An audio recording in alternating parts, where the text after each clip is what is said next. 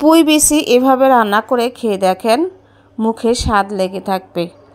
তো এভাবে আমি অনেকভাবেই পুঁই বিচি রান্না করি, তবে আমার কাছে এটা কিন্তু অনেক বেশি ভালো লেগেছে, সেটাই আপনাদের সাথে শেয়ার করছি। আসসালামু আলাইকুম, সবাই কেমন আছেন?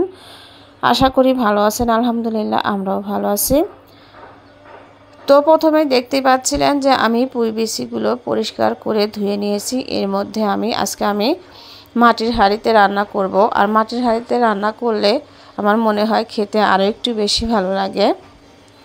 তো অনেক শখ করে আমি এই পাতিলটা কিনেছি। তো দেখতেই পাচ্ছেন আমি তেল দিয়ে এর মধ্যে পেঁয়াজ আর রসুনটা কিন্তু দিয়ে কিছু সময় ভেজে নিলাম। এর মধ্যে দিয়ে দিলাম হচ্ছে চিংড়ি মাছ। তো অনেকেই মাছের মাথা দিয়ে করে, অনেকেই শুটকি দিয়ে করে, অনেকে ইলিশ মাছ দিয়ে করে, তবে আমি অনেকভাবেই খেয়েছি। তো চিংড়ি মাছটা দিয়ে খেতেও অনেক বেশি ভালো লাগে। তো ভাবলাম যে আপনাদের সাথে শেয়ার করি। আর আমার ভিডিওগুলো যদি ভালো লাগে আমার চ্যানেলটা সাবস্ক্রাইব করে সাথেই থাকবেন নিত্য নতুন আনকমন রেসিপি পাওয়ার জন্য।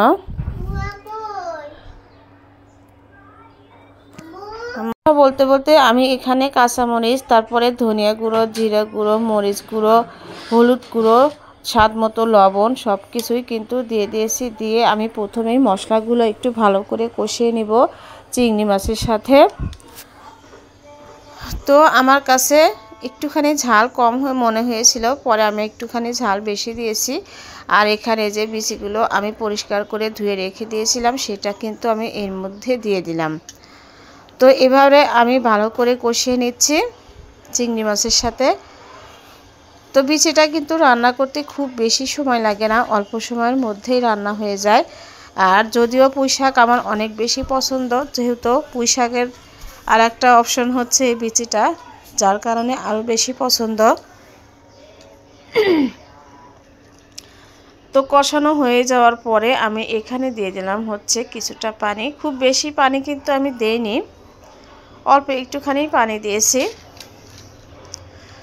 তো এভাবেই আমি ঢেকে রান্না করে দিব 10 থেকে 15 মিনিটের মতো। এর মধ্যেই আমার রান্না শেষ হয়ে যাবে। তো ঝোলটা আমি আরও একটু কমাবো, তারপরে চুলাটা বন্ধ করে দিব। তো দেখতে পাচ্ছেন আমার রান্নাটা কিন্তু হয়ে গেছে। তো আমি আলাদা বাটিতে বেড়ে নিচ্ছি। তো কেমন লাগলো রেসিপিটি? ভালো লাগলে লাইক কমেন্টস করবেন। ধন্যবাদ সবাইকে এতক্ষণ সাথেই থাকার জন্য। তবে খেতে কিন্তু অসম্ভব মজার হয়েছিল এই তরকারিটা।